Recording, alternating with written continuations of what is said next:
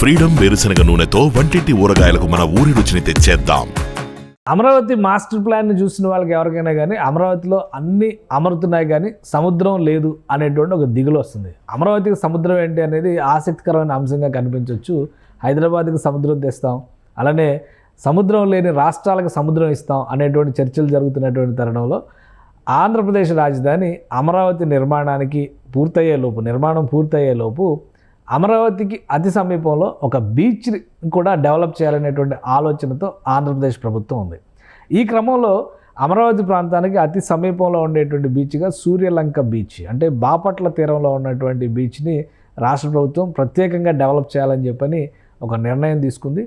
Amaravati core capital ఏరియాకి చూస్తే కనుక 60 నుంచి 70 కిలోమీటర్ల డిస్టెన్స్లో ఈ బీచ్ ఉంటుంది, సూర్యలంక బీచ్కి ఇప్పుడు కూడా ఇది పాపులర్ బీచే. మనం కొన్ని ఫొటోస్లో కూడా ఇక్కడ చూడొచ్చు. ఎందుకంటే ఈ ప్రాంతంలో కొన్ని వనరుల్ని డెవలప్ చేసేందుకు ఇప్పుడు రాష్ట్ర ప్రభుత్వం గ్రీన్ సిగ్నల్ ఇచ్చింది. జిల్లా కలెక్టర్ దీనిపైన అధ్యయనం చేస్తున్నట్టుగా కూడా అఫీషియల్గా అనౌన్స్ చేశారు. దాంతోపాటు అమరావతికి వచ్చేటువంటి విదేశీ పర్యాటకులకి కూడా ఈ బీచ్ ఉండడం అనేది అత్యవసరమైనటువంటి అంశంగా రాష్ట్ర ప్రభుత్వం భావిస్తుంది. ఈ క్రమంలోనే కొన్ని నిర్ణయాలు తీసుకుంది ప్రభుత్వం. ఆ నిర్ణయాల్లో భాగంగానే ప్రత్యేకమైనటువంటి నిధుల కేటాయింపులు చేసింది రాష్ట్ర ప్రభుత్వం. ఈ చేసినటువంటి కేటాయింపుల ప్రకారం చూస్తే కూడా ఈ 70 కిలోమీటర్ల దూరంలో ఉన్నటువంటి రిసార్ట్స్, ముఖ్యంగా రిసార్ట్స్ డెవలప్మెంట్కి సంబంధించి తక్షణం ఒక 40 లక్షల రూపాయలు కేటాయింపులు చేయడం ద్వారా ఇమీడియట్ ఫెసిలిటేషన్ సెంటర్స్ని ఏర్పాటు చేయాలని చెప్పని ఏపీ ప్రభుత్వం డిసైడ్ చేసింది. ముఖ్యంగా ఒక నెల రోజుల్లోనే ఇక్కడ డ్రెస్సింగ్ రూమ్ లాంటి సౌకర్యాల దగ్గర నుంచి మంచినీటి, ముఖ్యంగా అక్కడ water supply, drinking water supply లేదు కాబట్టి ఆ సమీపంలో ఒక 20 కిలోమీటర్ల దూరంలో డ్రింకింగ్ వాటర్కి సంబంధించినటువంటి సోర్సెస్ నుంచి ఒక 10,000 లీటర్ల వాటర్ ట్యాంక్ సదుపాయాన్ని ఏర్పాటు చేయాలని చెప్పని గ్రామీణ నీటి సరఫరా విభాగానికి వీటి నిర్మాణ బాధ్యతలను కూడా అప్పగించారు. మంచినీటి పంపుల ఏర్పాటు, టాయిలెట్ల నిర్మాణం, అలానే నెల రోజుల్లో ఇవి రెడీ అవ్వాలి. డ్రెస్సింగ్ రూమ్స్కి సంబంధించి సూర్యలంక బీచ్కి 1-2 కిలోమీటర్ల దూరం, 2-3 కిలోమీటర్ల దూరంలో మంచినీళ్లు పడేటువంటి భూగర్భ ప్రాంతాలకు సంబంధించి భూగర్భ జల వనరులు లభించేటువంటి ప్రాంతాలను కూడా గుర్తించి ఈ గ్రామీణ నీటి సరఫరా విభాగం ప్రత్యేకంగా పైప్ లైన్ల ద్వారా బీచ్ తీరానికి వాటర్ సప్లై చేసే విధంగా జాగ్రత్తలు తీసుకుంటుంది. అలానే బీచ్లో ఒక ఓవర్ హెడ్ ట్యాంక్ నిర్మాణం జరగబోతుంది.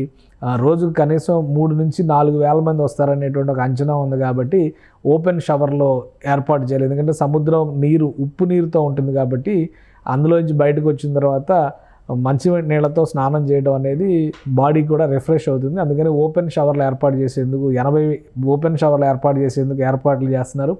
షవర్ల కింద స్నానం చేయడానికి ఇష్టపడ్డ వాళ్ళ కోసం క్లోజ్డ్ బాత్రూమ్లు కూడా ఒక 20 వరకు నిర్మించాలని చెప్పి నిర్ణయించారు. డ్రెస్ చేంజింగ్ కోసం ఒక 30 రూములు నిర్మించబోతున్నారు.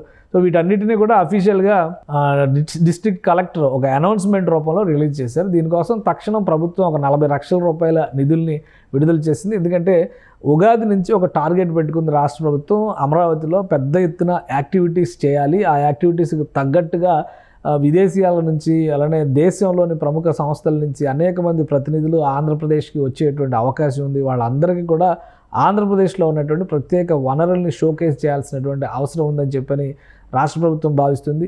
అలానే టూరిజంకి సంబంధించినటువంటి అనేక పనుల్ని రాష్ట్ర ప్రభుత్వం ఇప్పటికే టూరిజం విభాగాన్ని ఒక ఇండస్ట్రీ కింద గుర్తించి రాయితీలు ఇవ్వడం ద్వారా వాళ్ళని ప్రోత్సహించే ప్రయత్నం చేస్తుంది. అందుకనే అట్రాక్టివ్గా ఉండేటువంటి డెస్టినేషన్స్ పైన ప్రత్యేకమైన ఫోకస్ పెట్టింది. ఈ క్రమంలో సూర్యలంక బీచ్ దశ మారబోతుంది. రాబోయే రోజుల్లో విశాఖపట్నం బీచ్ ఎంత పాపులర్ అయిందో అమరావతికి సమీపంలో ఉన్నటువంటి సూర్యలంక బీచ్ని కూడా ఆ స్థాయిలో పాపులర్ చేయాలి. అక్కడ వనరుల్ని, వసతుల్ని కూడా ఆ స్థాయిలో కల్పించాలని రాష్ట్ర ప్రభుత్వం భావిస్తోంది. సో ప్రాథమికంగా తొలి అడుగుగా తక్షణం చేయాల్సినటువంటి ఏర్పాట్లు, తక్షణం సమకూర్చాల్సినటువంటి వసతులు, వీటికి సంబంధించినటువంటి ప్రణాళికని జిల్లా యంత్రాంగానికి ఇచ్చింది. ఈ బాధ్యతలను సక్రమంగా నిర్వర్తించేందుకు ప్రణాళికని రెడీ చేసుకున్నట్టుగా జిల్లా కలెక్టర్ కూడా ప్రకటించారు. సో అమరావతికి ఒక సముద్రం, సమీపంలో ఉన్నటువంటి సముద్రం అమరావతికి కనిపిస్తుందని చెప్పి మనం డిసైడ్ అవ్వచ్చు. ఇంకోవైపు నుంచి చూస్తే కనుక హైదరాబాద్ నుంచి వెళ్ళేటువంటి వారికి కూడా సూర్యలంక బీచ్ని చేరువ చేసేటువంటి ప్రయత్నాలు జరుగుతుంది. ఎందుకంటే